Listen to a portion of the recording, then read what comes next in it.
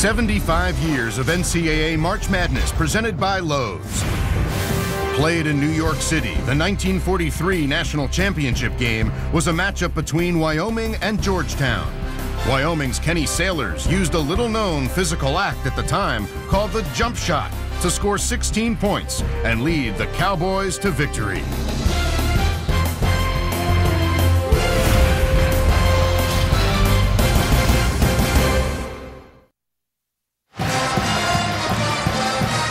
One of the great rivalries in all of college basketball, the Louisville Cardinals and the Kentucky Wildcats. The defending national champions, coached by John Calipari, like his counterpart today, has taken 3 teams to the Final Four, including the national title. Here's his lineup today. There are some notable changes. Goodwin Harrell will be at the point, only his 4th game to start, along with Julius Mays. Cauley Stein will be inside, along with the 6'10 freshman sensation Nerlens Noel. Louisville, Cat Quick in its backcourt bookends, Siva and Russ Smith.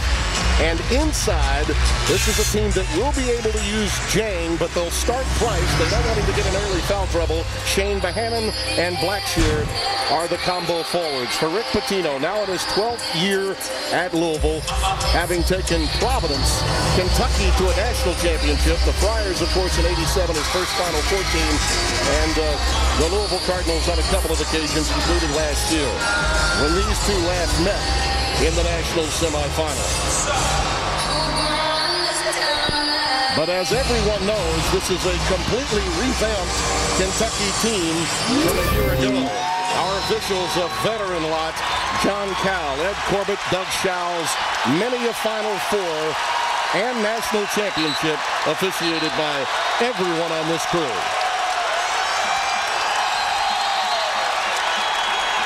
They only play in this rivalry once a year, and it makes it matter ever much more. That is an understatement. How about an 8-page special section in today's Courier Journal locking into this game? And guys, the first 5 minutes, I think, is critical for Kentucky to try to salvage, calm the crowd a little bit. Harrell with a floater. He's been terrific of late, guys. Really doing a nice job playing under control and getting into the paint. And any small guard has to have that shot in his repertoire. It's got to be in your quiver if you're going to get into the paint, the little floater. This is a much different Kentucky team, Clark, than the one you and Jim Nance saw against Baylor. And largely it's because of Harrell's presence. Inside, work done by Bohannon, and he gets it to go. They're tied at 2. And one of the reasons the expectation's so high for this Louisville team, they're different from what he's had in the past. They're much more effective at scoring 5-on-5 in the half court. They don't just rely on turnovers. Harrell this time rushed it just a bit off the back iron, pulled down by Blackshear. Smith. That's just inside the arc, and he'll shoot from deeper before the game is over. He may only be 6 feet, but he's got the heart of a giant and an ultra competitor. There's the turnover. Smith missed it. Little too much adrenaline in that dunk opportunity. And not enough lift.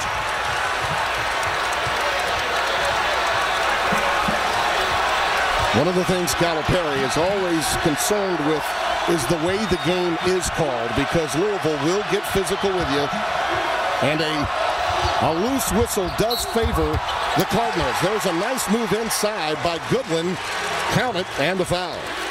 I talked about him at the top. One of the most electrifying drivers and slashers in the college game. And here he shows you that eel-like ability to slither through and around defenders and still concentrate and finish. And with Jane coming in, that's one of the issues. That play, I don't know that it materializes if Jane's down low as opposed to Zach Price, just a little late with the reaction in terms of his ability to get over and help. Gorgie Jang entering the game.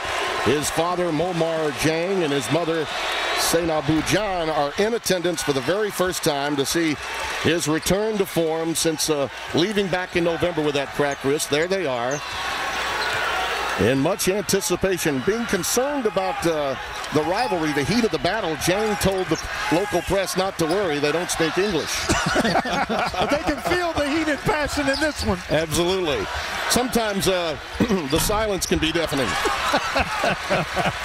Harrell brings it down for Kentucky. And what we've seen early on from Kentucky, their ability to attack the rim for the mid-range. Not necessarily always getting all the way to the rim, but before they have to take on the shot blocker. Goodwin off the front rim. Rebounded by Noel. Taps it back out to Harrell. And that's one of the things Rick Pitino talked about, his team's ability to control the dribble, particularly when Kentucky goes one-on-one, which happens more times than not offensively in the half court, just as we saw there. In square, Nerlens Noel doing a nice job going to the left hand. He may not be Davis, okay, but he's got outstanding feet. He's probably as quick as any guy that size you'll see as a freshman, as you see the push and the foul spotted against Ryan Harrell. Only 80 miles separates these two. And boy, when you come in here, you better be wearing blue or red. I think they may eject you from the building. You got to make a determination. Smith off the curl past Goodwin. The iron unkind. And a rejection by Noel as Bohannon went back up, and we've got a tie ball. We talk a lot about Jang and his ability on the interior, but they have a deterrent also. And Nerlens Noel here, just an emphatic block there by the young fella. He's so quick off his feet, and he has excellent defensive instincts, guys. Bohannon right at Cauley Stein, and he deflects it, brings it down. Wonderful defensive play by the former football player from Kansas. Really good start here for Kentucky early. They've endured a couple of weeks of Camp Cal conditioning, multiple practices a day, all in the effort to get better and compete at a higher level. And they're showing the fruits of that labor here in the first 4 minutes. All of their points are coming in the paint, and that time Cauley Stein came up empty. Jang makes his move. That's going to be a block. John Calipari disagrees. He'll let Doug Shows know about it. And this is an area where Jang has really improved offensively. Rick Pitino talked about it before the game. I mean, it's a tough call. It's a 50-50 call, no doubt about it. Oftentimes, this call is determined by the positioning of that baseline official. From his angle, it looked more like a block. Calipari quick to applaud the efforts of Cauley Stein as he sits down. Bringing Alex Poitras into the game. That could be a huge injection of offense for the Wildcats. Siva with a fall away J inside the lane. His first bucket. 7-6 Kentucky.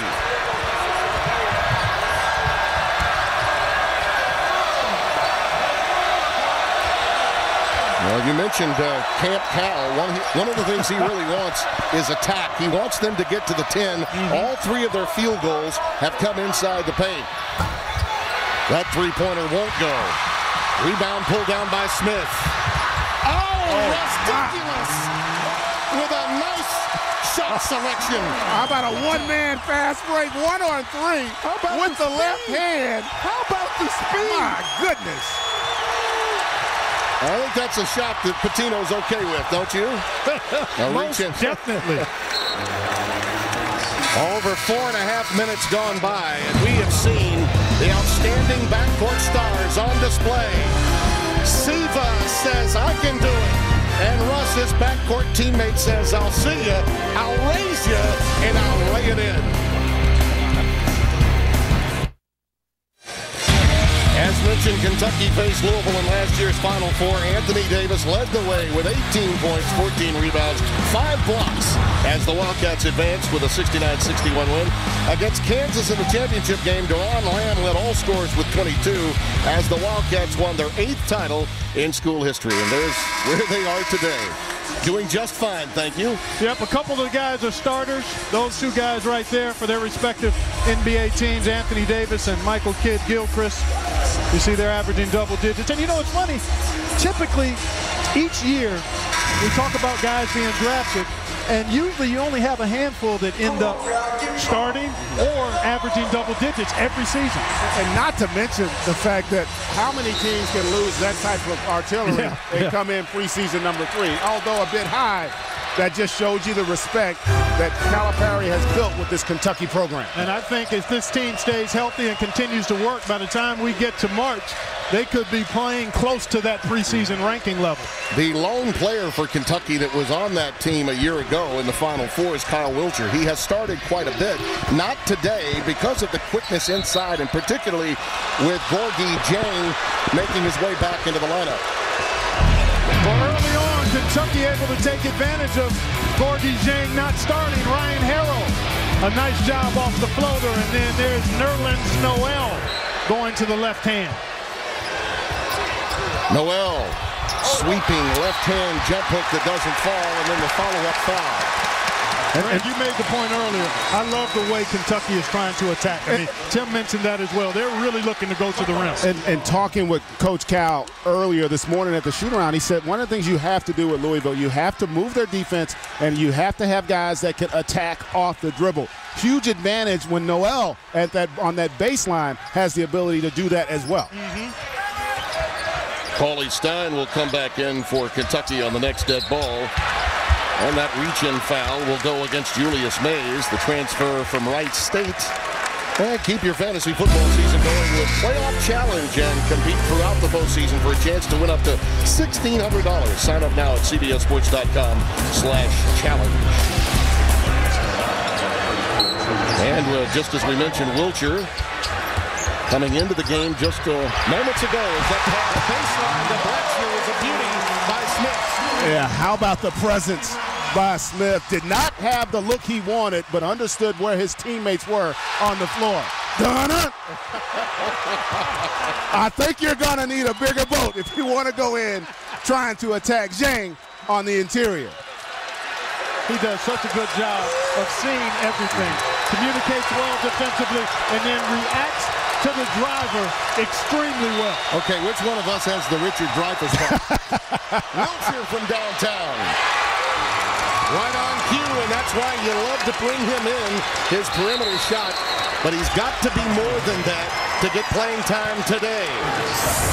Timeout. We're tied at 10 in Louisville.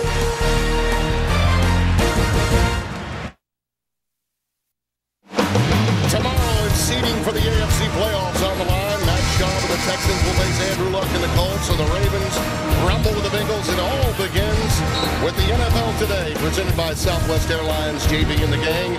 More people watch the NFL on CBS than any other network. Siva going for the lob, well defended by Cauley Stein as he knocked it out of there. Smith.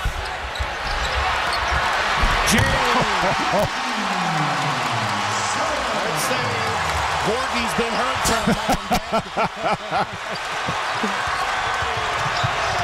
That all starts with the penetration.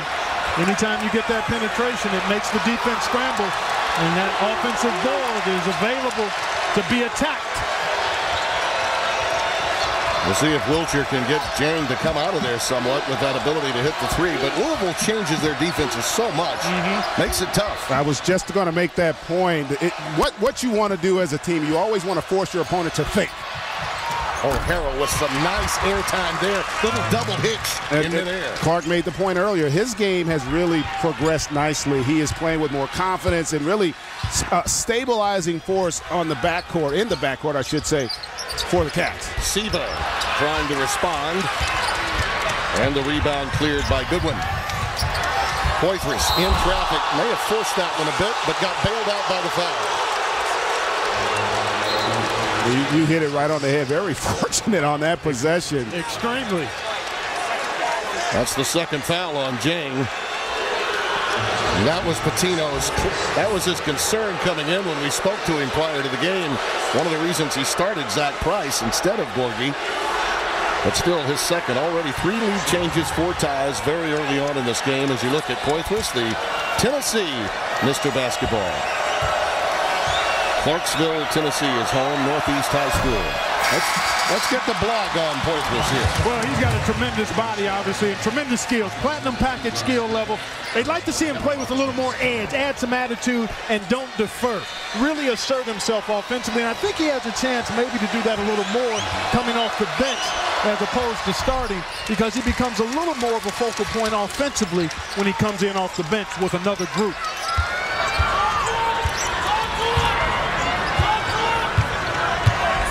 Jang does remain in the game with the 2 fouls.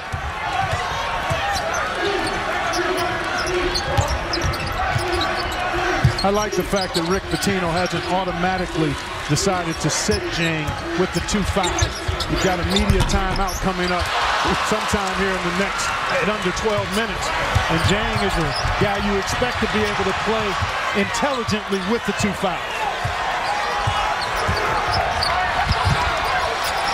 There's Wilcher right where he wants it. This time did not get the shoulder square, and the over to that. Out of bounds to Louisville. Clark, you talked about Jang and the impact, the instant impact he had coming in. He really does a great job on the interior, and what I love about him, he lives in the paint. That's where you want to see him. He is more of a traditional back-to-the-basket type post player, both offensively and defensively. I think Rick felt like, you know, I better hedge my bets and get Montrezl Harrell back in there. The freshman from Tarboro, North Carolina at 6'8", checks in for Gorgui Jang. And Cauley Stein did pick up a foul over the back, and that ball went out of bounds, his second. Blackshear rejected by Noel. Nerlens Noel with a nice block. There he is, beautiful pass, and the slam. How about the motor on Noel? I mean, this guy is a rim runner for Kentucky. You have to understand that if you're Louisville, and you have to recognize it if you're Kentucky. That was one heck of a sequence for Noel to block the shot and then sprint the floor and get that throwdown. That's how big fellas get those nice passes inside, right? Blackshear in traffic. Not there. Harrell fighting for it with Wilcher. On the deck, Siva has it stolen by Harrell. And how good has Kentucky been early on in terms of their ability to control tempo, keeping Louisville out of the open floor. Impressive here by this young Cats basketball team. That's part of the recipe for spurt-proofing Louisville. Score the basketball, attack the rim, don't turn it over, and compete on every possession. So far, so good for the Wildcats. Poitras off the feed from Wilcher. He drops down the tray. Kentucky opens its largest lead of 6. This is an 8-0 run for the Cats. And Rick Pitino looking to get Russ Smith back into the ball game and Luke Hancock. Siva off the bounce. Oh, the rainbow doesn't go, and it's pulled down by Poitras.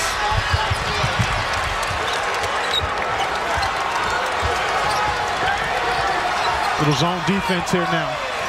If you're playing zone against Kentucky, you have to make sure you mark Kyle Wilcher. And Poitras, who just sprayed a 3. Poitras again, halfway down the cylinder and out. Montrezl Harrell to rebound. Louisville is 0 for their last 5 from the floor. Siva looks to get a better percentage and does. Well, how about the presence there to take the legs away from Noel? Went right at his chest, is what you have to do with the shot blocker. Didn't allow him to be an athlete on that play. I knew you were going to celebrate all over that. I knew you loved that. As a former point guard, you know exactly how to be crafty against those shot blockers. Well, all lefties are crafty, right? Yep. Harrell, this time it doesn't fall. Pulled down by Blackshear. Siva all the way, 10-10 for Louisville. The tip in by Harrell. Timeout, Calipari. Nerlens Noel. 'Tis the season to make it happen. Both in 2012 and 13, slam it home holiday. Next Saturday, CBS Sports serves up 2 scoops of women's hoops. Outstanding matchups, Purdue taking on Nebraska and Notre Dame clashing with UConn. And then on the road to the Final Four we go on CBS.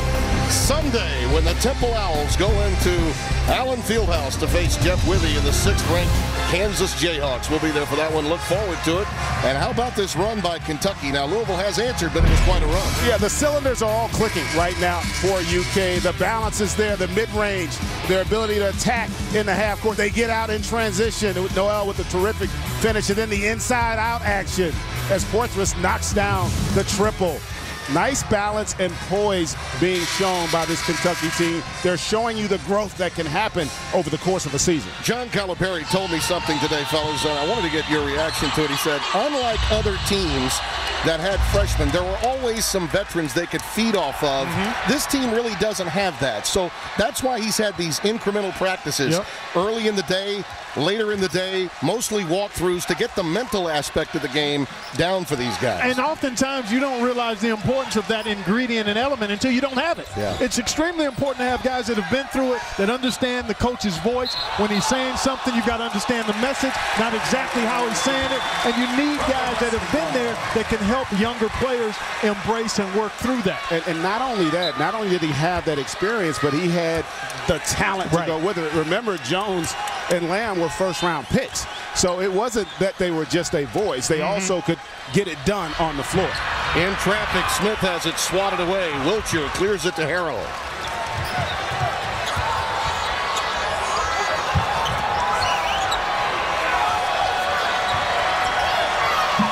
Pretty nice job closing out that time by Louisville. I thought the numbers advantage was in Kentucky's favor, but ever so briefly.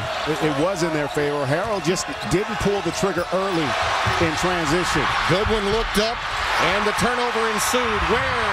Mahanon! Relentless is what Louisville is. And now when they come with this press, they're trying to speed you up. Three things you want to do with that press. You either want to speed a team up, you want to slow it down, or you want to turn them over. Louisville, one of the few in the country that can do all three off of their track. Wiltshire has his pocket picked by Ware, and he'll finish. Plus, the opportunity to get down the floor with the quick hitter. He picked his pocket. He did. And Clark, I've always said this about Louisville. They're one of the few teams in the country that when they don't play well, they still play well because of how they attack, and they never play the score. They play to their level. That's what makes them so consistent. Well said. You're exactly right. And this is one of those spurts that Kentucky wanted to avoid. Harrell has it knocked away by Harrell. 3 straight turnovers committed by Kentucky.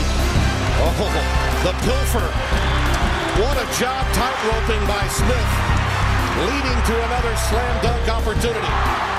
End to end. Ware gets it done after starting it all here at home.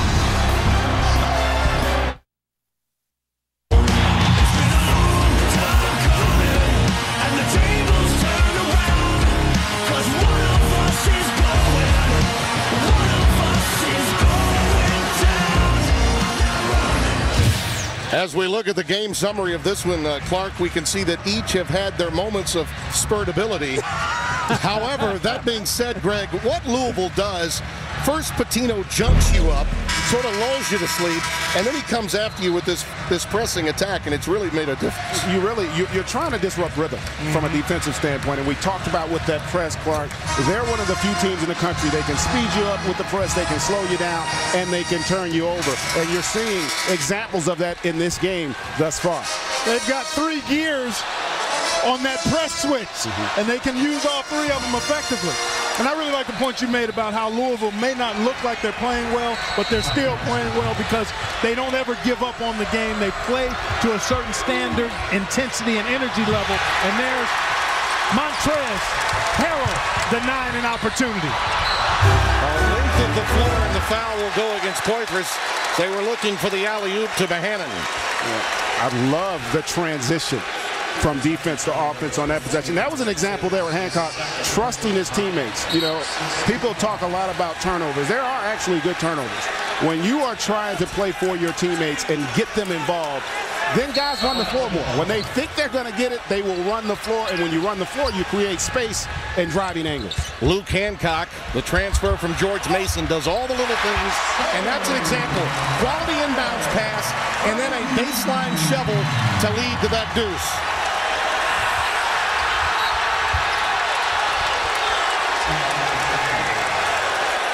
Timeout, Kentucky.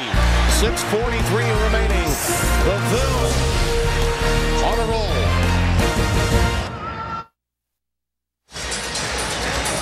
Here are the teams that we're expecting more from this year, and that being said, North Carolina's answering it today against UNLV, and the Bruins last night with Shabazz Muhammad got a much-needed victory over a quality Missouri team at home at Pauley. And of all four of those teams, I think UCLA is the most dangerous. I think that's a team that now that they're going to play with more pace, they showed it last night against an excellent Missouri team. That's right. That's the type of team you will not want to see second half of the season. Well said. I agree with you because they have an awful lot of firepower and big guys that can step outside, a number of guys that can attack the rim off the dribble. So Kentucky in the last 4 minutes, 0 for 3 from the floor and 3 turnovers. bad combination and a recipe for disaster.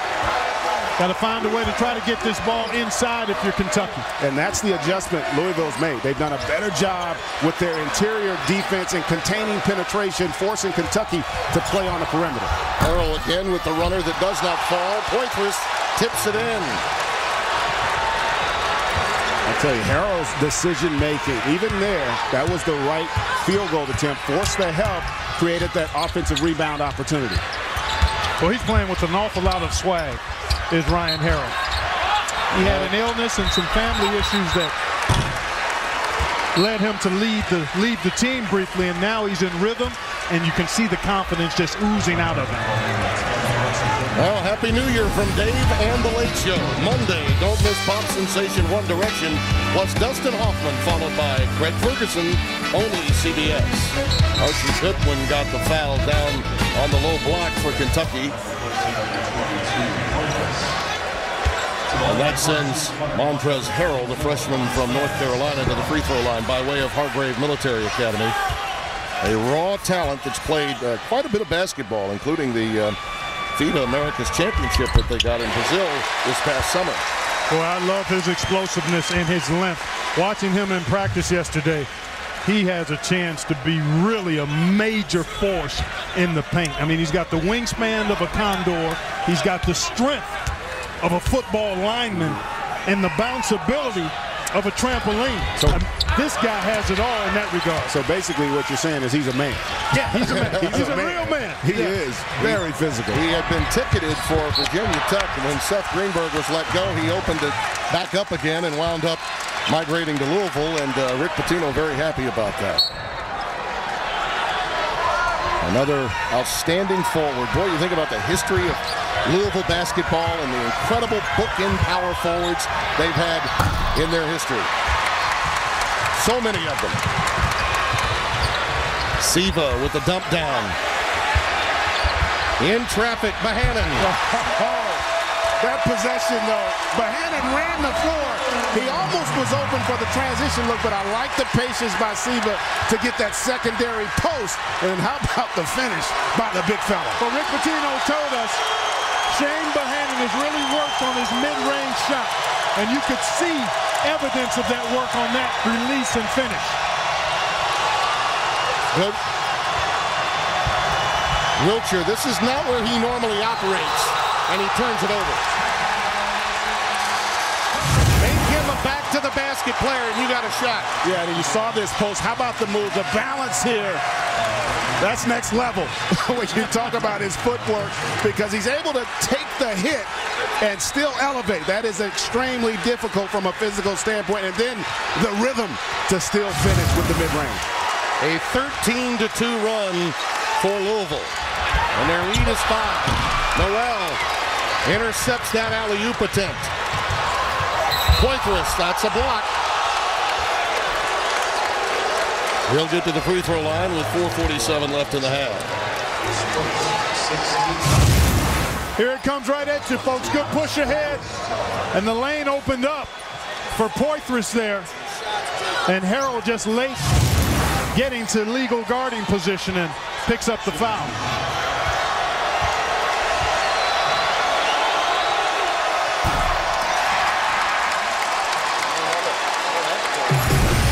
Monday on CBS, it's New Year's Eve, and two broke girls are sending the year out in style. Get the party started with two broke girls. Monday, only CBS. And guys, it's going to be important for Kentucky. They want to run, but they don't want to play too fast. Excellent recovery there by Noel, because if it gets too helter-skelter, I don't know that at this stage, from an experience standpoint, they have the skill set to withstand the brunt of that run from Louisville. Interesting point, but I think the more helter-skelter it is where Kentucky has to just make basketball plays, I think it may play into their strength a little bit. So we'll kind of see how it plays out, partner. Okay. And they'll need Julius Mays to break out of a shooting slump that he's endured the last few games. He's got an excellent stroke, but just has not been able to knock down any threes lately. One of those graduate players that had a chance to play at the big-time level, as is Harrell, another transfer, young man from North Carolina State. Just too many guards on that team, once coached by Sidney Lowe, and he managed to find his way to Kentucky. We're tied at 25. Sixth tie of the game.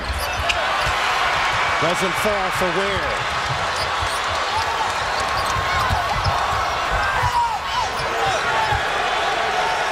And that's an example, that possession of what I'm talking about. You run. If it's not there, you then play with pace. You make sure you get a good look, because Louisville is extremely dangerous in the open floor. Goodwin forced the issue there. Hancock comes down with it. And he also was too much concentrating on trying to draw the foul instead of finishing the shot. You got to do both when you get that kind of advantage. Siva.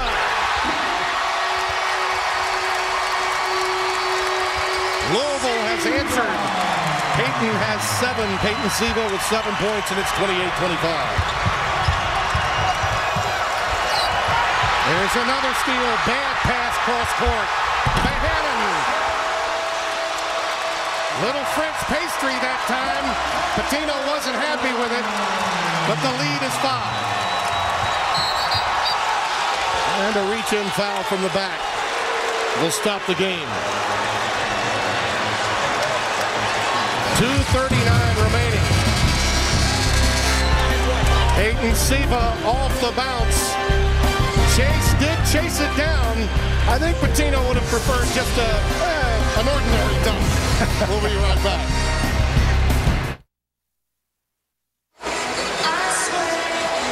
Louisville leads it by 5. 2:39 remaining until halftime. And then coming up, Doug Gottlieb, Seth Davis will get you caught up on scores and highlights. And they'll go one-on-one in Court of Opinion. That's coming up on AT&T at the half. You could say that these two men have quite a bit in common. Patino at Mass and Calipari at Clarion State. That was then, and this is now, of course. Two of the outstanding coaches in the state of Kentucky and around the country. I tell you what, they have matured well. I will say that. Yeah. And the once strained relationship between them, I think, has cooled considerably since John got his national championship. And the way really Rick and John handled that situation at the Final Four last year had a lot to do with it. I agree with you wholeheartedly. Handled well, and they played a competitive game, but Kentucky was just a little bit better than everybody else in the country last year. Patino told us before the game this is the first time in a while that he feels that his team is as talented. Now, that doesn't mean that Kentucky won't get more talented as the year presses on, but I think he feels more confident about this group and obviously the matchup with some of the exits that were made to the NBA by the Big Blue. Oh, a tremendous luxury when you retire and return, I should say, that's your entire core from the Final Four a season ago. So huge advantage in that respect. And I think his team has handled the expectations thus far this season quite well. The only loss coming to Duke, and that was without Jang in that game. So, and they still had an opportunity in that game to be victorious. Well, I was around this team a couple of times last season, guys, and the chemistry is really good. And I attribute a lot of that to the leadership of Peyton Siva. Certainly this season, but last season with Schwabshire and Keurig as well, this team had a really cohesive spirit about it. Wilcher with the arm bar gets his first personal foul. They say styles make fights, and right now the style, even though it's a one-possession game, starting to favor Louisville. And I say that in part because you look at their field goal attempts, 29 field goal attempts. They've only taken 2 3-pointers. And I thought at times last year they fell in love with the three. They played to their weakness as opposed to their strength. Not the case this season. Monday on CBS, take a trip to Paradise and leave winter behind. Hawaii 5-0, only CBS. Montrezl Harrell has played very well since coming in for Gorgui Dieng when he picked up that second foul. Very active on the boards and defensively. Block shot to go with it.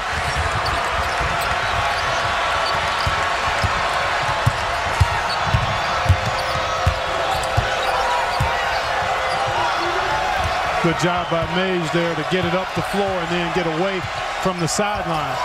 Now you've got a chance to run some offense.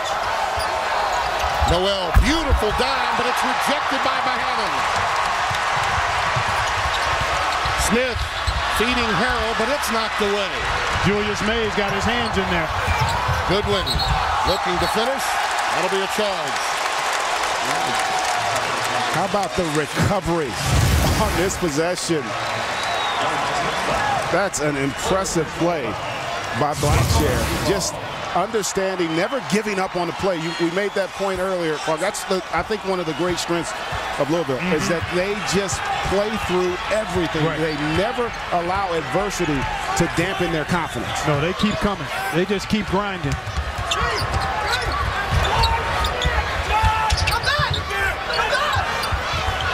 Siva.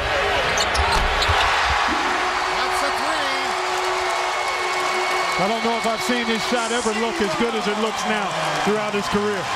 And he is stroking it with confidence. Or his game. Yeah. Because I think the complete package is now present with Peyton Siva as a point guard. And a reach-in foul. Sometimes you can do less with, I should say, you can do more with less. And I think that's what Peyton Siva's game has really materialized into this season. He's learned to allow others to play. Sometimes he wanted to make every play, and you really strangle your team when you do that. I think he's becoming the type of player that Rick Pitino envisioned when he brought him in.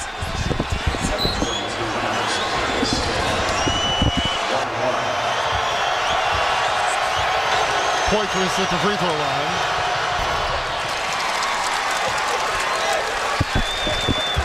The last 65 seconds, huge for the road team.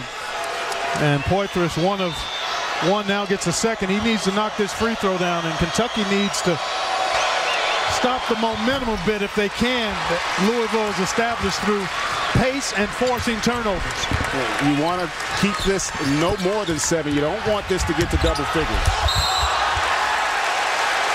Bohannon is fouled by Noel off the alley-oop from Siva.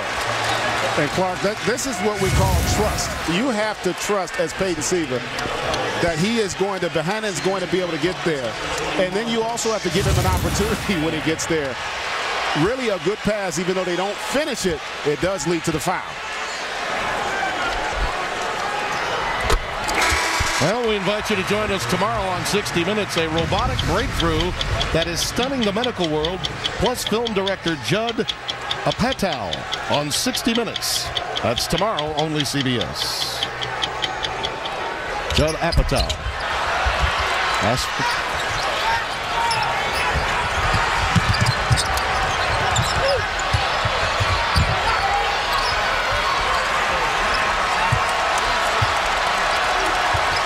Noel looking to set the pick. Harrell really didn't have to wait for it, did he? He just blew by, and then a reach-in foul underneath. How athletic is Noel? I mean, he has springs in his legs, and I tell you, he is just going to get better. You love it when they have the motor. Yeah. It all starts with the motor. I don't care about your skill set, your talent level.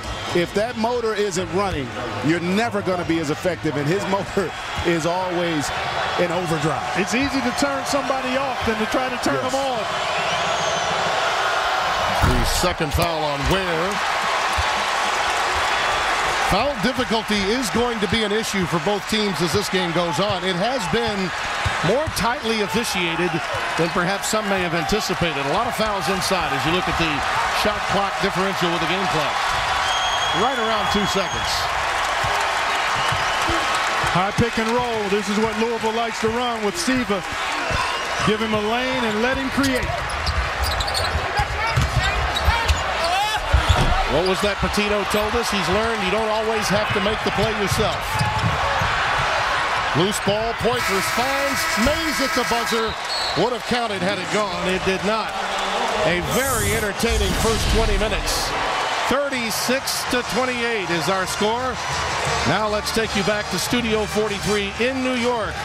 Seth Davis and Doug Gottlieb are standing by. Let's get you to Doug right now. Thanks, Tim. Coming up on AT&T at the half, Seth Davis joins me with scores and highlights, plus court of opinion. After this message and a word from your local station.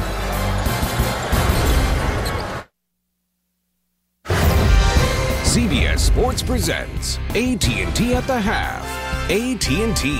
Rethink possible. Hello, everyone, and welcome to AT&T at the half. I'm Doug Gottlieb with the score in Louisville. The Cardinals leading the Wildcats 36-28. I'm joined, as always, by Seth Davis of Sports Illustrated. Seth, if you were writing a headline for the first half, what would it be? I get to be a headline writer. Yes. Cats hanging tough. That's what I see in terms of Kentucky's ability to stay close in this game, but you just get the feeling that Louisville's ability to go on these spurts. Kentucky only has 7 turnovers, but they're not doing a good job in transition defense. I think it's going to be awfully hard for them to win this game. I feel like this has blowout written all over it, especially if Peyton Siva hits his jump shot. Hit a couple in the first half. He hits it. It stretches out the defense, opens up their transition game, opens up their low post game. It does feel like a blowout because Kentucky can't seem to keep it together long enough, especially when they go to their bench. All right, let's get you caught up on the scoreboard. Let's start with number 17 UNLV traveling to North Carolina. Now, North Carolina was without their leading scorer, Reggie Bullock, heading into the game. And early on, Carolina up 9 at the half. They controlled Anthony Bennett, the freshman for Vegas, but then Vegas cuts it to 1. Vegas was able to bring it close, but I give North Carolina credit for hanging tough and winning the game. That's the freshman, Bryce Johnson. He had 12 points, including 3 offensive rebounds. Kate Reinhardt for UNLV makes the 3 to cut the lead to 4. The best thing that North Carolina did today, Doug, was they got to the foul line. They came into this game ranked 335th in the country in terms of the number of free throws they've taken, 20 for 33 today. 17 turnovers for UNLV, ultimately their undoing. All right, Illinois, who started out the year 12-0, lost to Mizzou in St. Louis, their first game since being off on break, and that is one of the best players that you haven't heard of enough in college basketball, Brandon Paul. And Chris Denson in Auburn, they were able to keep this game pretty close. Illinois, again, the difference was on the foul line. Tracy Abrams with the drive. 2 of his career-high 27 points. Tyler Griffey going to hit the jumper to put them up by 7. Illinois able to hang on a little bit sluggish off the loss to Missouri. Abrams, Chicago kid, really improving in year 2. You mentioned the 27, 5, and 8 also for steals. The Duke Blue Devils, they'd won 100 non-conference home games in a row, facing Santa Clara, only up 2 at the break because of this guy. Kevin Foster had 18 of the first 30 for the Broncos, but Seth Curry put on a show. Too much Seth Curry. Kevin Foster finished with 31, but Mason Plumlee also down the stretch. He had 22 and 13. Also 5 assists, Doug, and the difference at the free throw line. It's not a Duke highlight unless you have Ryan Kelly running the break. Seth Curry had ended up with, what, 31 today. Big difference. Here's a guy who's too hurt to even practice. He's having a terrific season. All right, Ohio State in a guarantee game against Chicago State. You play a team for Chicago, you got to play against a Pippen, right? That's the nephew. Good bloodlines. Yeah, knock it down the 3, and Amir Williams going to block the shot for Ohio State, get the Buckeyes out on the break. Lenzel Smith would love to see a little bit more of this, Doug. Him making 3, but this is a close one so far. Feels like Ohio State. I think I'm buying into your overrated just because they don't have a second scorer. He's got a pretty good he's got a freshman sitting on the bench. He doesn't give him minutes. Only up too early. Join us Monday, New Year's Eve at 2 p.m. Eastern for the 45th straight year on CBS. It's the Hyundai Sun Bowl, featuring a Pac-12 ACC battle between USC and Georgia Tech. Then on Wednesday, It's the all-new CBS Sports Radio. 24 hours a day, 7 days a week. Listen to Brendan Tierney, Tiki Barber, and Dana Jacobson in the morning. John Feinstein, followed by Jim Rome in midday. Doug Gottlieb in the afternoon. Chris Moore and Brian Jones at night. And late nights, it's Pharrell on the bench with Scott Pharrell and the DA Show with Damon Amendolara. CBS Sports Radio. It will be like nothing you have ever heard before, or maybe a little bit just better than something you've heard before. Seth Davis, Doug Gottlieb. That leads us in our discussion of the half, which is Kentucky. Look, Kentucky is synonymous with the one and done. They're not the only program that has the one and done, but in watching them, it leads us to the question. Is the one and done good for college basketball? Well, clearly it's been great for college basketball because the alternative was having high school players go right to the pros. But I actually would like to see that be the new rule and get rid of the age minimum altogether. I just think it's unfair to players. Number one, Doug, you're denying them an opportunity to pursue their dreams. Give them the chance to make mistakes. College is not for everybody. And you know what I say to the NBA? If you don't want these young kids in your league, stop drafting. Well, that's really where the mistake is. It's with the NBA and the NBAPA not hammering out an agreement to which players have to stay in school for 2 to 3 years. Players can still go and be pros. They can go be pros in Europe like Brandon Jennings did. As far as in the NBA, how come no one's guarding the game? The game, NBA and college, is better when you have retention in college. But if the NBA wants to draft a kid out of high school, obviously they want him in their league. Obviously he's good enough to play in their league. This brings out the free market conservative in me. Let the marketplace decide. Let these kids have the freedom to make their own choices. If your dad's watching at home, he just spit up in his coffee. He's hearing free market conservative in you. Listen, I think of it, this is not a free market, okay? It's not. The NBA is a monopoly. They also have a collective bargaining agreement with their players, between the players and the owners. So it's not a complete free market. But no one guards the game. And although they may be drafted to play in the league, truth is they're drafted to play in the D-League. And would you rather have them playing and learning the game from a D-League coach or somebody who's been coaching and helping kids for 35 years? For some kids, the D-League or going to Europe is a better option than college. If that is what they want to do, they can always go back and get their education. The NBA only cares about money. The only reason the NBA wants a minimum is because they want a shorter career and they pay them less money over the course of their career. I'm not arguing the NBA. I'm not arguing the players. I'm arguing the game. The game is better when more kids stay in college. We'd like to know your opinion on this topic, this conversation. You can join us on Twitter or on Facebook at Hoops on CBS. Thanks for watching AT&T at the half. I'll be back in a moment. CBS Sports presents AT&T at the half. AT&T. Rethink possible.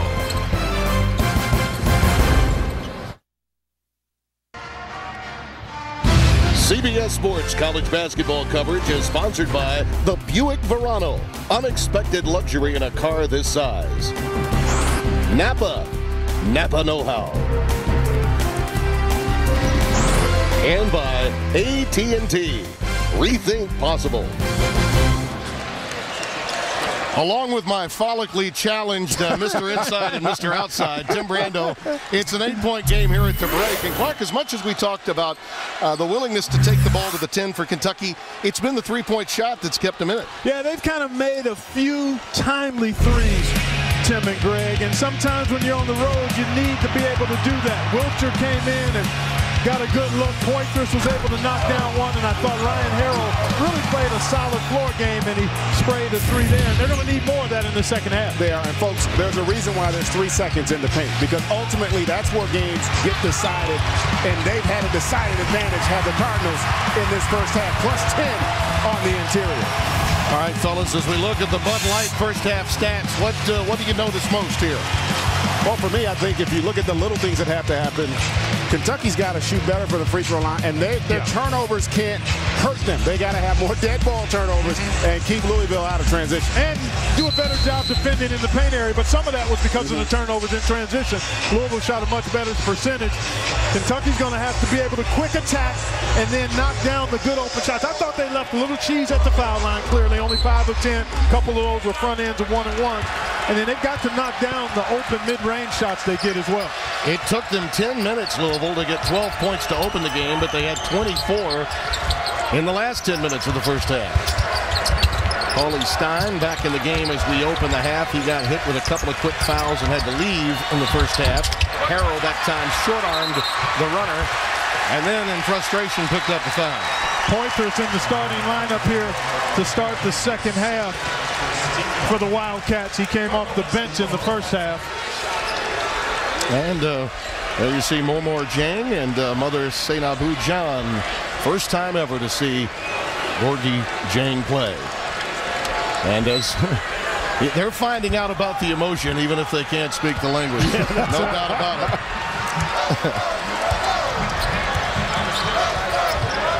Smith running the curl so quick, but it is rejected by Coley Stein off the back end. Again, in traffic, Jang finds Bohannon, and a foul inside. In one of the areas for Kentucky, you have to understand, you have the two shot blockers. One weak side has to control that defensive backboard. When you go for that block, you got to make sure you can maintain presence on that weak side and get that defensive backboard. That is the third foul on Archie Goodwin. And we mentioned foul difficulty could become a factor in the second half. Already, not quite a minute gone by. And we see, there's the block on Shane Bohannon. Well, he's a runner. He's really improved his ability with his first step. And I think he's starting, Clark, attempt to figure it out offensively. He gives them balance because of his ability to score both inside with his back to the basket and on the perimeter with that quick first step. And I love the way he attacks the offensive glass. Gets about 3 offensive boards a game. And he's relentless in pursuing the pumpkin on misses. The sophomore from Cincinnati leads the way with a dozen for Louisville. It's a really big transition here for Kentucky. They need a positive offensive sequence here because you don't want to get down double digits and then let Pitino force his defensive ploys the rest of the way. And you know what? We talked about this earlier. And I think Rick Pitino, John Calipari just got hit with a technical. And I think in part he's doing that because he sees right now that his team is reeling. They are on their heels. They are not real confident in what they're trying to do. And we talked about this earlier, Clark. The difference with Kentucky, when Louisville doesn't see the ball go in the basket, it doesn't affect how they play. It does for Kentucky. They become far more tentative and really not as aggressive to attack on both ends. Yeah, that's an excellent point, Greg, because they have become a little tentative. And you're right, and with a young team, and you made the point in the first half, in this type of environment, it's important to have positive plays. And when you're not making shots and the other team is running out on mistakes, then it becomes very difficult for you to stay the course and continue the grind. And that's what Kentucky's going to have to do now. Calipari just told John Cal, if you want to throw me out, throw me out. He was more upset with Shows. The conversation is going Calipari's way with John Cal. He's the, as they say, good cop, dealing with a very anxious Kentucky head coach. And off the bounce, 3-second violation. Hey guys, remember we talked about at the top, both teams had the same question, but in different contexts. Is Kentucky good enough? And by that I mean this game, not whether they win it, but how they perform in it will determine that. Can they compete when they get hit? Because they're being hit right now. Let's see how they respond. Yeah, it's borderline haymaker-like here in the last 6 minutes of game time. Smith. And the long rebound taken down by Poitras. On a double dribble. Indecisiveness. Poitras has the ability to take it himself there. Was undecided as to whether he wanted to keep the dribble or pass it and ended up turning it over. And that goes back to, again, right now, as talented as Kentucky is, they don't play on instincts. They think a little too much on the floor. There's just not a certain level of chemistry and trust that comes with experience. Louisville has it in spades. Kentucky right now searching for it. Nice pick by Jang, setting up Siva, but he airmailed it out of bounds to Kentucky. Now the Wildcats have gone 10 possessions going back to the end of the first half and the opening moments here in the second without converting. And I dare say they need one, and they need one now. Here comes the pressure of the backcourt. And the pilfer. Smith. John Calipari contemplated a timeout, but he's not going to use it.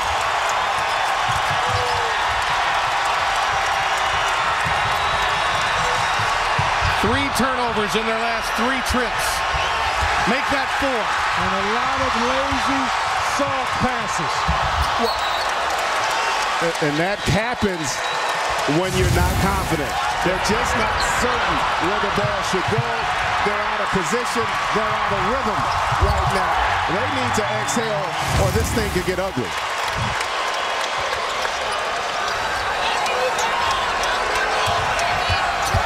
Siva splitting the double team. Lost it out of bounds. Good help that time by Noel coming over. Out of bounds to Kentucky.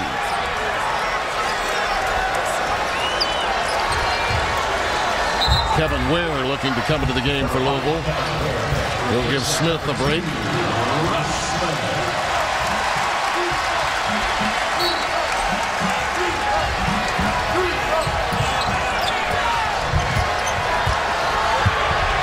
Goodwin now bringing the ball down the floor.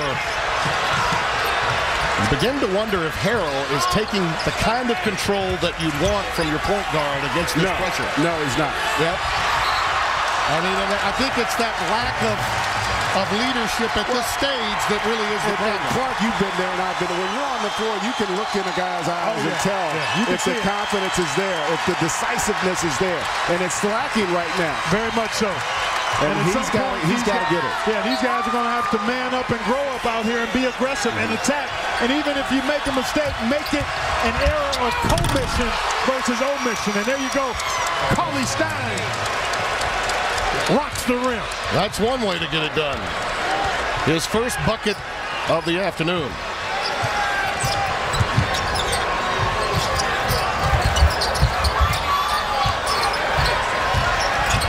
Mahanon dumps it down to Jane. How about that pass? How about the hands? Because that was not an easy catch, especially when you're wearing a cast. Beautiful finish, too, but you're right. Excellent find there. Goodwin again, taking it right to the rack. There's Cauley Stein. He's playing tough. They're bigs. Again, the motor, the activity, the energy is there. They just got to get some help from that backcourt. Fletcher.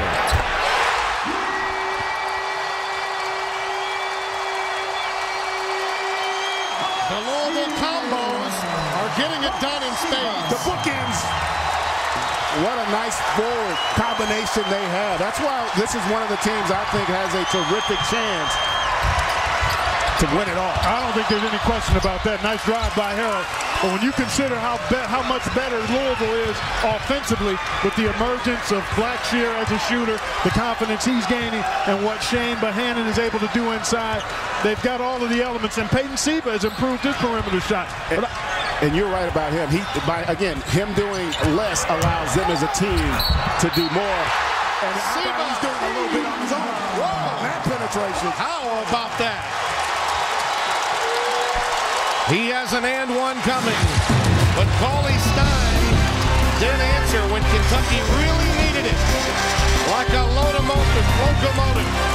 But the answer, dropping dimes, 2 bits, 4 bits. How about 6 bits on the dollar? So you see what's been done by the last 4 national champions. And it's not easy to back it up. It's not easy. Well, and then keep in mind, all those teams, in essence, lost their entire core moving forward. No different, obviously, for Kentucky this season. In college basketball, more times than not, it's only the same in name. Yeah. When you talk about championship teams. But while all the conversation about one and done is out there, Clark, I'll say this. You can change all the names you want on the back of the jersey. This is a front jersey sport. And the game remains great no matter who's playing it. Yeah, I agree with you. I mean, this is something that Louisville has done really well. But you're right. When you're talking about the game itself, it's about the institution. And right now, the Cardinals making it really hard for the Wildcats. That Wiltshire 3 would not go. And Bohannon bringing it down, gives it up to Siva. Oh, what a game Bohannon's had on both ends of the floor. Smith looking for a little wraparound help, but Bohannon just simply had gone too far inside, and they turned it over.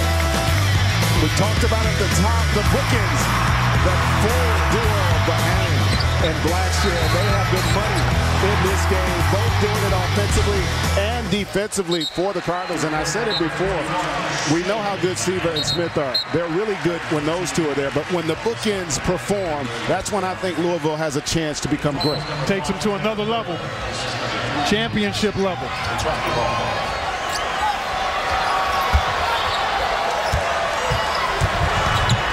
I think Louisville got a lot out of that game they had to play against Memphis. They were down by 16, came back to win that game, and they drew a great deal of confidence from that performance.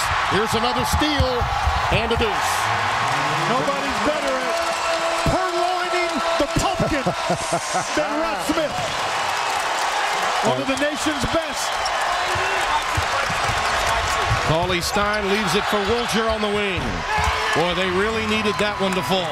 And you have to be able to do that. And by that, I mean, Louisville will not allow you to have your offense create your offense. You have to have the ability to make plays individually. And Kentucky has struggled since about the 5-minute point of the first half. Harrell in traffic, up and over. Off the front iron. That one went crying, and it's pulled down by Goodwin. Nice job by Stein, Cauley Stein, to hold his position there. Wilcher again. That's what he can deliver. He plays the nylon song, and Patino calls a timeout. And how about the response by the Wildcats? CBS Sports coverage of NCAA men's basketball will continue after this message and a word from your local station. I am hard-pressed to think of a more conspicuous example of success than what Tom Jurich has accomplished for the University of Louisville in athletics in the last 15 years. Now ranked in the top 5 nationally, this year's Cardinal team is well poised to make another run for the Final Four. And it's not just the Final Four as you get a look at Tom Jurich in terms of the basketball program on the men's side, the women's basketball program. It's soccer, it's football, it's across the board, and he's done a marvelous job here leading the athletic department. Our score 51-40, and without a couple of trays from Wilcher, it'd be a 17-point cushion right now. Well, he's made 3 on the game, 2 here in the last minute, and huge baskets because Kentucky had lost some confidence, had been deflated, and needed to get an injection of some kind from somebody, and Wilcher provided it. That's the beauty of the three-point shot. You can erase deficits rather quickly, and it gives Kentucky an opportunity now to apply some full-court pressure. Siva gets through it without a problem. But the stress of the moment led to the turnover as Blackshear did not get to the ball, late to react. And Rick Pitino getting all over Wayne Blackshear because he wanted Blackshear to move in tandem with where Siva was going and where that pass was sent. Goodwin left wide open, top of the key, and he rattles it home, and it's 51-42.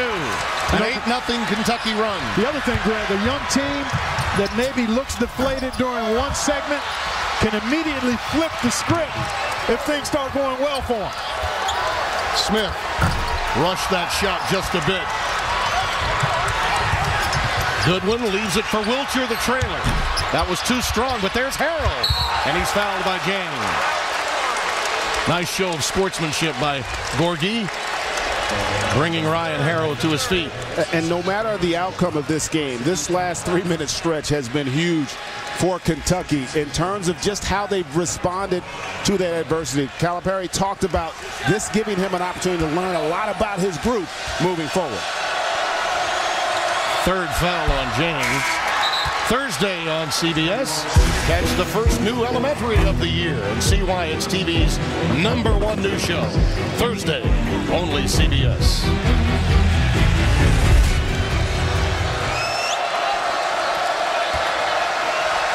Boy, when you're trying to come from behind and you're on the road, you have to convert free throws.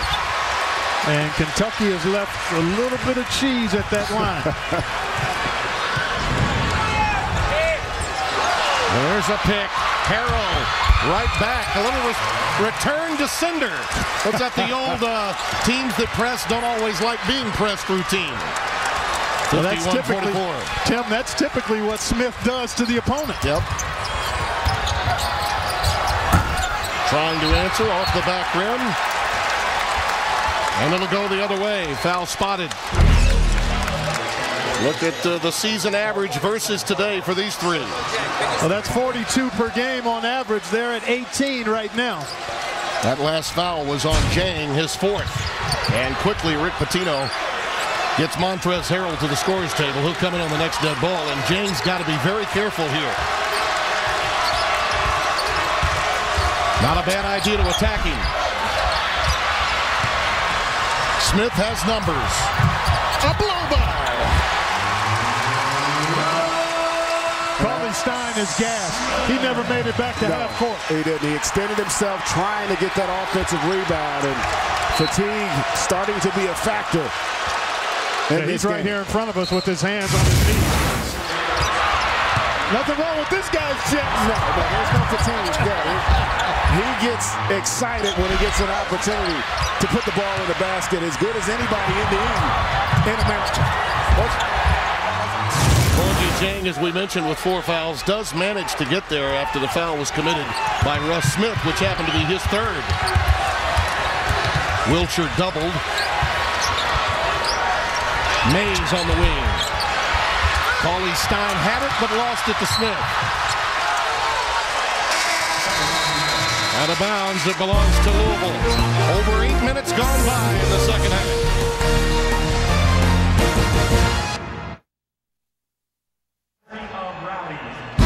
CBS Sports College basketball coverage is sponsored by Coca-Cola Zero. Real Coke taste and 0 calories. State Farm. For auto, home, life, and banking, get to a better state. And by Lexus. This is the pursuit of perfection. Tim Brando, Greg Anthony, Clark Kellogg. It's 53-44 Louisville with the lead. And Greg, let's get some AT&T fast analysis. Well, I talked about the bookends, and I think these two men, Blackshear and also Bohannon, make this group special. And Jane Bohannon has done a little bit of everything today, folks. The post game, attacking in the open floor. He's thrown in a couple steals and a block. He's been all that and a bowl of grits today for the Cardinals. I like you dropping a little food analogy into your commentary. I'm getting hungry. You think back to the greatness of this rivalry through the years, and obviously when Rick Pitino came here 12 years ago, he added to the drama factor, but long before that ever occurred, when Joe B. Hall and Denny Crum were along the sidelines for both, I think the fact that they only played the one game, unless, of course, they meet in the NCAAs, it happened in a regional final for Crum and Joe B., and, of course, it happened in a Final Four for these two. It just adds so much to this rivalry. Blackshear off the bounce. Rebound by Mays. Keep an eye on Cauley Stein. He was really looking for oxygen, but perhaps that last timeout will get his fuel tank back up to F. Wiltshire was ready, but Louisville really got underneath him, but beyond the arc would not allow the three-point try. A foul spotted inside by Doug Shiles. And Clark, you talked about it earlier with Goodwin. We have not seen him in attack mode much in this game. And really, that's the inability of Kentucky to understand who they are at times as a team. Peyton Siva got the foul, his second. Well, there's Goodwin, just as you wanted, and he was hesitating even then. Smith on a run out. Counted and a foul.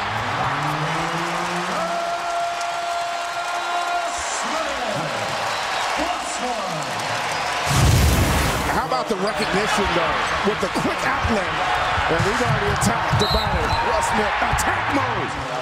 He can smell baskets. The young fella is a bucket getter, ladies and gentlemen. What was that great story Pitino was telling us? He said, look, do whatever you need, but don't go in and dunk. He said, Coach, listen, don't ask me not to dunk on a 7-footer. I mean, you can tell me a lot of things, but don't tell me I can't dunk on a 7-footer. He's got a big-time ticker. It's indefatigable. Never gets tired, and nor does Wiltshire miss if he gets a good look most of the time? He's keeping his team in it. He's been the equalizer. Really, he's been the one guy that's consistently played to his strength in terms of what he brings to the table offensively. Well, he's averaged about 14 points a game in his last 4, but see, much improved on that pull-up jump shot, and when he can get to the paint like he does against the pick and roll, that shot is always going to be available. You know, his game is, he's as a point guard much like an official. When you're not talking about him, that means he's doing his job, and he has been on point in this game for the Cardinals. He was also doing the do-say-do with Poitras there and picked up his third. So 3 fouls on Peyton Siva with 10.5 remaining. And both teams have 5 team fouls. So free throw shooting could become, or it should be part of the recipe for Kentucky to try to get back and erase this deficit completely. That's one of the ways you try to get it done, is score with the clock stopped. Oh, that's the 4th foul on Siva. That is important. That is his 4th foul. You know, time and score, fellas. A veteran player, this is a senior. You gotta know. You gotta know not to commit the foul there. And he took a shot, too. He's limping just a little bit. May have been kneed in his knee or thigh. But if you watch Peyton Siva, he will gamble and take chances and get himself on occasion in foul trouble. You love the young man's enthusiasm, energy, all the things he brings to the court. But on occasion, he will commit careless fouls. And it's the identity of really who the Cardinals are. They're an over-aggressive team defensively, always trying to turn you over. Mays high arching off the window. Too strong, but Mahanon clears it. Russ Smith lost his dribble. Harrell, beautiful backdoor pass. And then a rejection on the back end, but a foul spotted. Montrezl Harrell, how about that grin from ear to ear? He loved the pass, if not the finish. But how about Cauley Stein? Nice pass by Bohannon, but Cauley Stein got an awful lot of the ball, but clearly fouled with his body. But the 7-footer was an outstanding high school receiver on the gridiron, showing you that kind of tenacity right there. 3rd foul on Cauley Stein.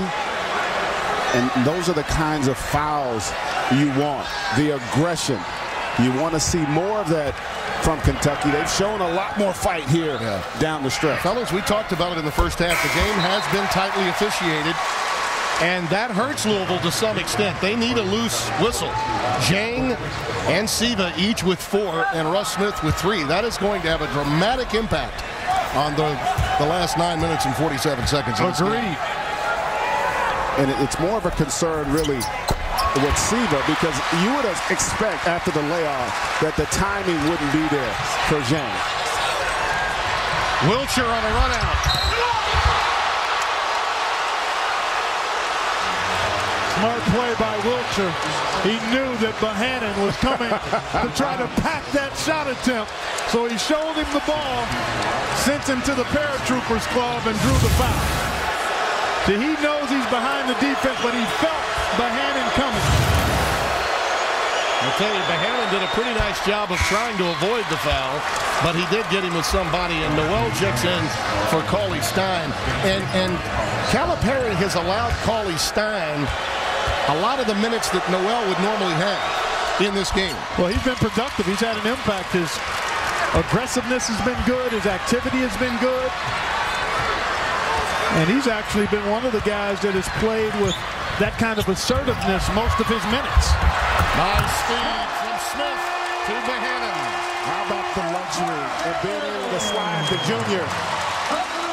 Russ Smith over to the point, and how good is he in the pick and roll? He's dangerous, boy. Harrell trying to get past Hancock and Smith, and that's the 4th foul on Smith. 3 of Louisville's big guns, each with 4. The bookend backcourt, and Gorgie Jang as well.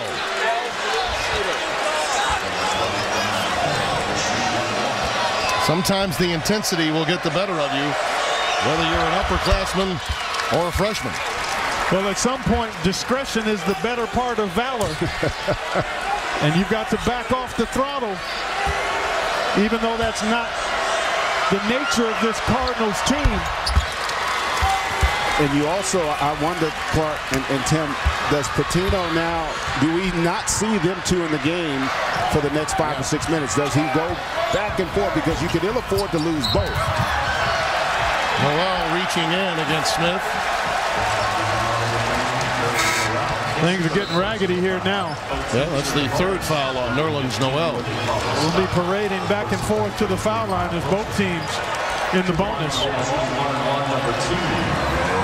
I think in a lot of ways, this is working out just as Calipari wanted it. And with Wilcher's threes, fellas, added with the technical that he got, which I believe he wanted, then I think the answer came. And the Cardinals have had to respond to that. Kentucky is dangerously in this game at this stage. Russ Smith remaining in the game with 4 fouls. I think you got to pick your poison. If you're Pitino, it's either going to be him or Siva down the stretch. Noel with a jump hook over Mahanan. It's down to 8. It was once 17 in this half.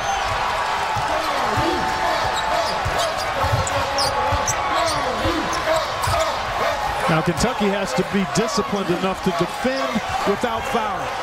And this guy is really good at drawing fouls, but can they force perimeter shots and then rebound the defensive board and do it all without fouling?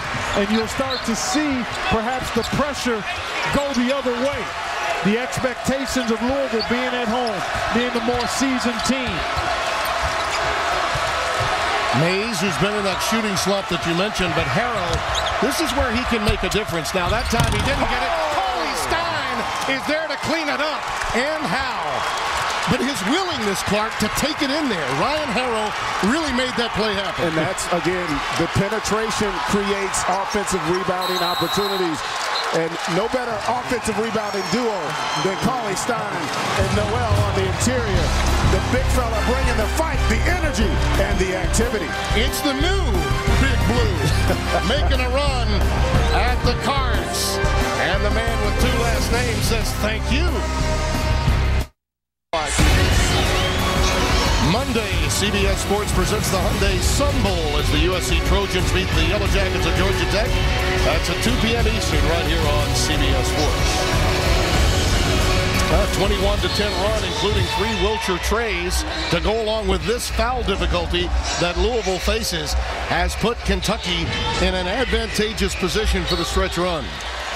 Agreed, because now if Kentucky really, the key from here on is going to be Kentucky's ability to defend without fouling. Make Louisville score the ball in the half court on shots versus free throws. Off the curl, Blackshear. Harrell was looking for the authoritative slam putback rather than just bringing down the rebound, and it comes out to Kentucky. Goodwin. Nice. Tough take.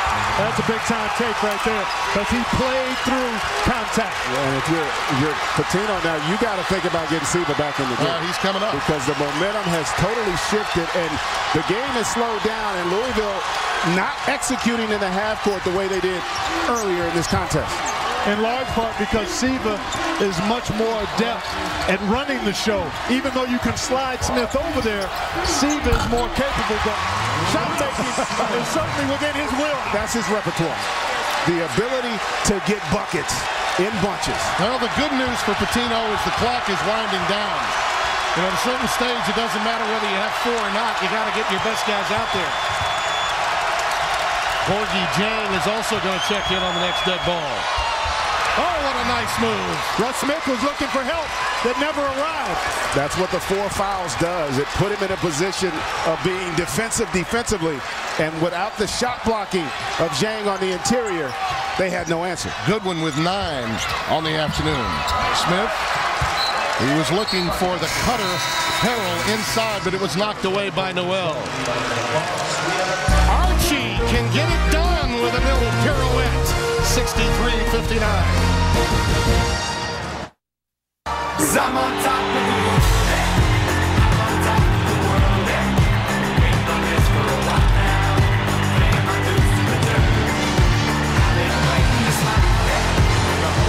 Take a look at our game summary, fellas. Ryan Harrow has made a difference in this game, and the foul difficulty has become an issue. But Louisville's points in the paint to go along with the three-ball answer from Kentucky. Are you surprised that the veteran backcourt of Louisville allowed itself to get into this foul trouble? Well, again, they play aggressively. They're not going to let up. And on occasion, when you play that aggressive, you're going to pick up some fouls. And that's been their history. I mean, it's happened more times than not with Siva and Smith. And more so credit Kentucky's ability to attack the strength of Louisville. In terms of their penetrators and playmakers, they've been aggressive to attack them. And they've done a great job offensively as Kentucky in this second half, shooting 57%. And in the last 9 minutes, Greg, just one turnover for Kentucky as well. Siva, Jang, and Smith all on the floor, all with 4 fouls. Well, that was Noel almost forcing the steal there with the active hands. Jang, weakly off the front iron. Harrow almost lost it, but saves it back to Noel.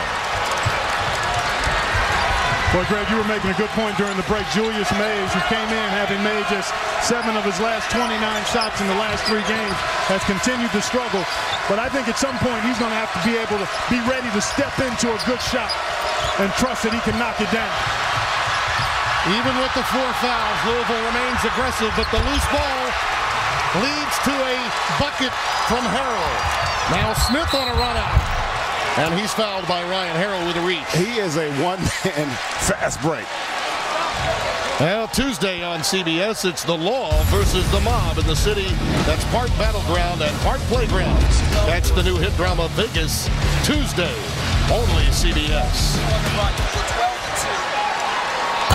Let's get the blog on Russ Smith. And the leader for this team offensively is Russ Smith. He's crafty offensively. He will get buckets, and I like to call him a klepto because he has been known to pick your pocket over 2 steals a game to lead the Cardinals. Well, Ryan Harrow thought he might be coming out of the game, but it's Noel that leaves in favor of Wiltshire. Ryan just picked up his 4th foul. And talking about Russ Smith, 5th in the nation in steals. And he is really good at taking the ball from the dribbling. He does that as well as anybody I've seen in the college game.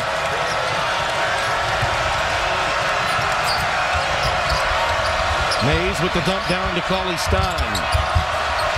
Now when the shot clock winds down, Harrow usually takes the shot. This time Goodwin will. And he's fouled. Well, I tell you what, Goodwin bailed out there. Because if he kicks that ball opposite, Julius Mays is wide open behind the three-point line. He's out of our shot here, but in the left corner, he was wide open, and Goodwin attacking the rim, which you like to see, and able to get himself to the foul line. And the Cardinals, I think, got a break, because I really thought Siva was the one that extended the contact on that play, putting Goodwin on the line. But again, the official on the baseline didn't have the angle to be able to see where the contact was created. Another Mr. Basketball, Archie Goodwin from the state of Arkansas, Sylvan Hills and Little Rock. Gets one of the 2. A 3-point game with Siva at the point. And how about the confidence right now? You can see it. Kentucky. They are on their toes. They are the aggressor defensively. Smith, boy, he anticipated his own miss. What a smart play. He knew where the ball was going to come off the rim. Well, you know in golf, the hitter always knows. It's the same in basketball. The shooter always knows if it's going to be short, long, off to the left, off to the right. That's instinctual basketball. Cauley Stein, he's fouled on the way up. Russ Smith goes up here, and he just felt that that was going to be off. And look at the quickness, the catwalk quickness for the offensive rebound. But how good has Harrow been in the second half? We talked about he struggled. He was wavered. He got hit a couple times. But you know what? He took the standing 8. He's recovered and really settled this team down offensively in the second half. Bohannon got the foul, and that was important to the Louisville faithful because Jang was in the neighborhood. John Calipari going to give Ryan Harrow a chance to get a little breather here. You got the under 4-minute timeout coming up. And so he'll get some added rest time here before he re-enters. Well, that was a tired free throw, but we have a lane violation by Louisville. And you also see the Kentucky Wildcats encouraging Cauley Stein about his mechanics and how he needs to place that ball in front of his face. See if he gets a better look at it. Well, only 41% coming into today, and that one was a good look. It was. There you see the free throw shooting story, and only 50% normally won't cut it against the top 5 team on the road. Pick and roll is what we're going to see from Louisville. Siva with a bounce pass, but Bohannon fouled by Mays as he was making his cut. And I tell you what, Louisville fortunate there because Blackshear did not space that play correctly on the strong side. He's got to come up as Siva turns that corner to make sure his man can't be in the play. They almost did. Kentucky came up with the steal there. That's a good pickup and catch by you, Greg, because you're right. As that dribbler is going, that wing guy needs to be lifting to take that defender out of the area. It's a small thing, but it's a large thing when you're talking about execution late in the game. Kevin Ware checks in to give Russ Smith a brief blow before the under 4 timeout. He doesn't need much, though. No, and it's also it's an offense-defense substitution, too. With the 4 fouls, he does not want to take the risk of losing Smith down the stretch. Polson's in there. Youngster that earned a scholarship after originally walking on.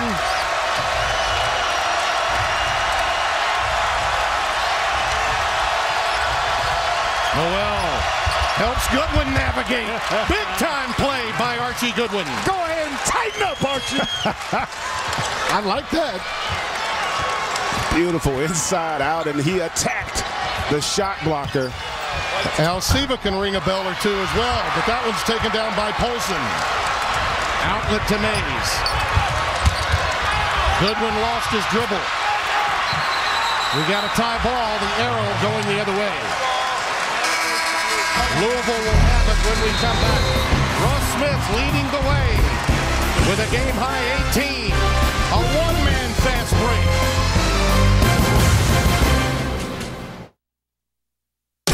Tonight on CBS begins with back-to-back new episodes of Made in Jersey, followed by 48 Hours. Tonight, only CBS.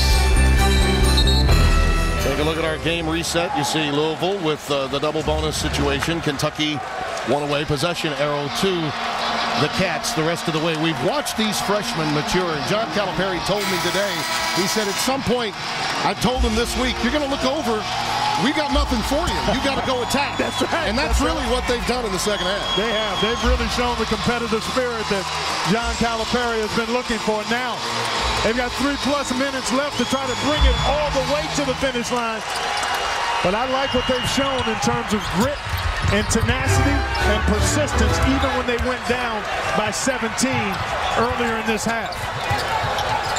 You just wonder when in a scramble situation what guard might pick up a 5th foul. Ware is rejected by Cauley Stein. Well, you got to get back into the play if you're Cauley Stein. You don't want to take yourself out of the play by diving unnecessarily. Shot clock at 10. Smith. But they let him play. Yes. I thought Siva may have committed a foul before we went to that last timeout on Archie Goodwin, but you know what?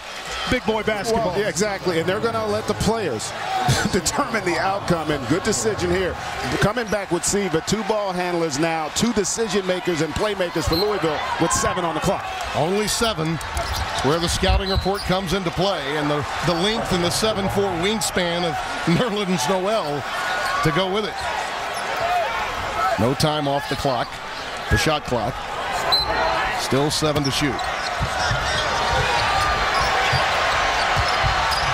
Bohannon, nice pass.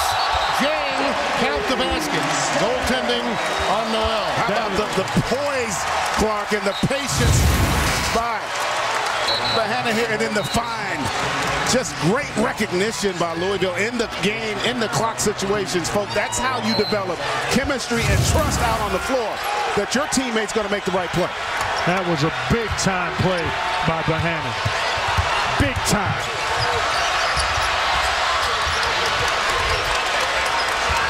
Harrow drives baseline. Not there. Cauley Stein the rebound and a foul spotted. It's a reach by Chase Bohannon.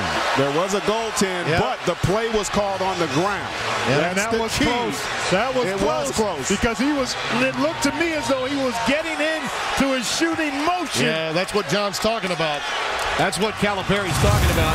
Shane Bohannon does get the foul, but look at that. Yeah, listen, there's no doubt that it was a goaltend, but the key is that the call was made on the floor. They did not give the continuation. It's the third foul on Bohannon, and the woes at the free throw line continue for Kentucky.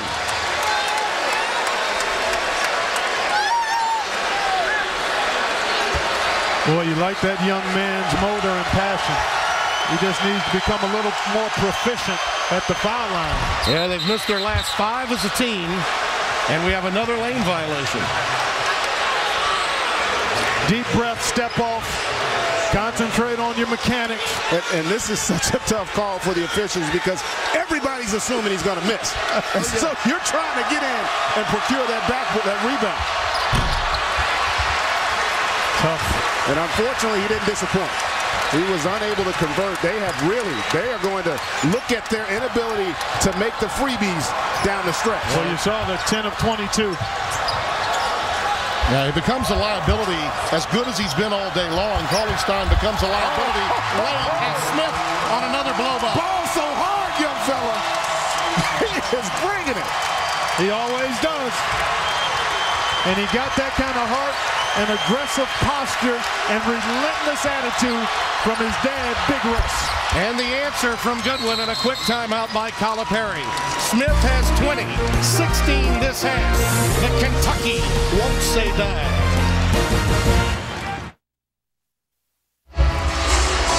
All right, fellas, let's talk about defensive strategy here for John Calipari, down by 6. Somehow you have to keep Russ Smith from getting to the basket. I'm sitting here courtside, and I don't know exactly how you do it, but back off of it, make you shoot a jump shot, and make sure you've got the right angle. You can't allow a guy to get all the way to the goal. You've got to make Louisville shoot perimeter shots if you're Kentucky. And the advantage for Louisville is they play him off the ball, so he doesn't have to face 5 sets of eyes when he's being utilized within the offense. Makes it much more difficult to provide help.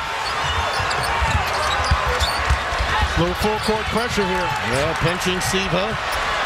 But he's so crafty and clever. Draws the foul from Cauley Stein. How smart was that? Well, and I understand what you're trying to do right now from Calipari's standpoint, but I don't know that your team's experienced enough. That's a senior play there. Yeah. Understanding he's got Cauley Stein running full speed, and he forces that foul. That's why in these situations, you want to keep it simple for the young fella and not put him in a position where he can do harm. Patino calls him the best point guard in America, and of course, he's going to promote the brand. I get that. Siva has, though, improved in the area where he needed to in the offseason, and that was with his shot. Clearly. And you see 84% on the season from the line.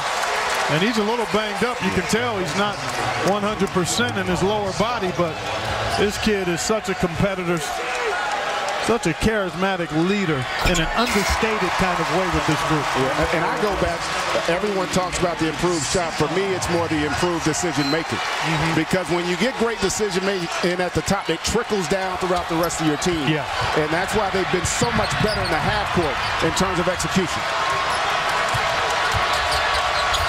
Got to hit one sometime. Mays, yes, that could be the confidence builder the transfer from Wright State needed. Does he have the right stuff the rest of the way?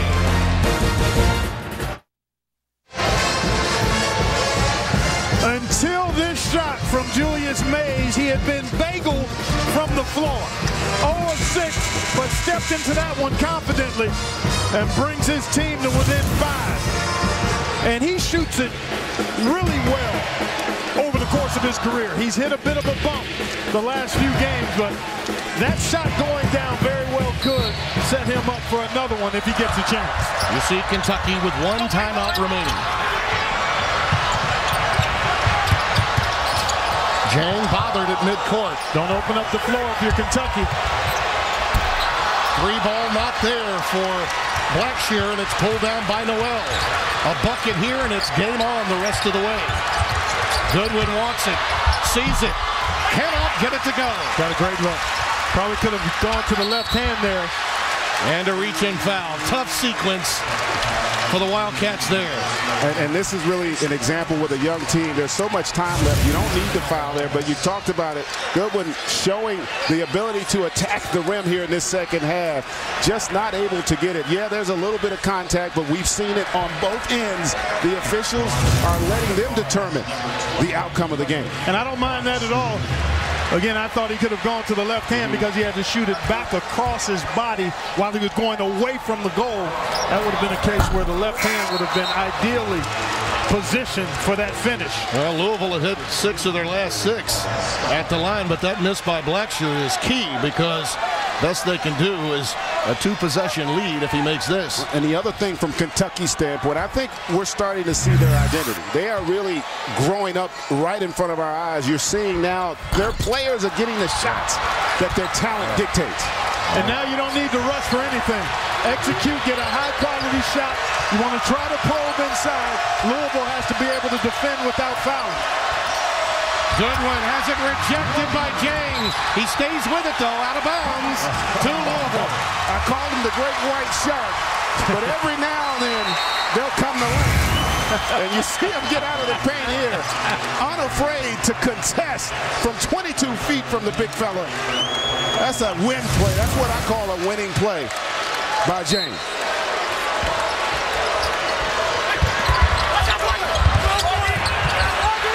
Quickly doubled, he lost it.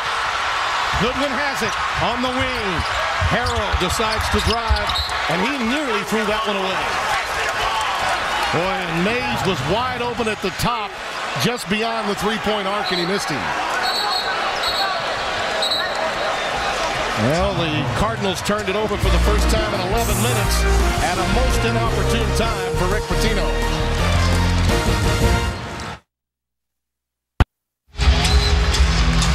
As you look at the game reset for both of you, do you take a quick shot to maybe get an extra possession or no? I think you lean towards the quick shot, but it's got to be a quality shot. Okay. You want to try to be in a position. In college, you don't really see teams do the 2-for-1 as much as you see at the next. But this is an ideal situation where you could get a shot within 7 or 8 seconds. Well, Jang, oh boy, he forces the turnover when it might have been a 5th foul. And I was going to say, I don't think you take a quick one with 49. 10 seconds is a lot of time to utilize to execute and get a good look. Unfortunately, they create the turnover. And John Calipari is letting John Cal know that he had him by the arm. This should have been a foul. Hard to really see from that particular angle. Yeah, he was certainly making home his point. And Hannon gets the easy one. Now you got to go quick because it's more than a 2-possession game.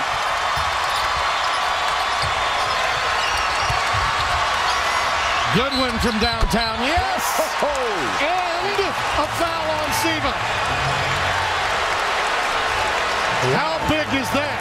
It could be a 4-point play. If it does go to overtime, Siva won't be available. Wow. I tell you what, in this last 40 seconds or so, we've seen a lot of things that you wouldn't consider smart basketball either way. It isn't smart, but from Kentucky's standpoint, it is aggressive. And I think that's more important. No, I'm talking about reaching and fouling a three-point shooter. Especially when you consider it was done by a senior. Now, he's obviously not happy with the call, but you got to be a little smarter in this situation. Shot clock is off when they get the ball back. Give yourself a chance to force a turnover without fouling. And remember the other thing, Siva is your best free throw shooter. So you lose that luxury as well of him going to the line. Well, we'll see how the moves to the free throw line go for Louisville. They have been by far the superior team in that statistical area today. 81% on the season, 2 for 4 today.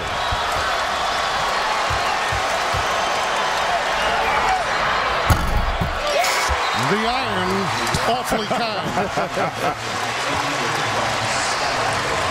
And Siva can't believe it. Upset with himself. Tough for a veteran player like him to sit and watch. A couple of those early fouls were giveaways. I'm sure he's thinking about that. Well, one of the 2 Doesn't have to be a three, just a good, quality, fairly quick shot. Goodwin in traffic, turns it over. Bohannon all the way to the rack.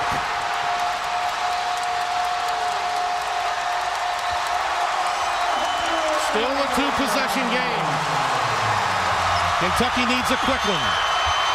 Mays. Noel lost it. Last touch by Louisville with 8 seconds left. The steal.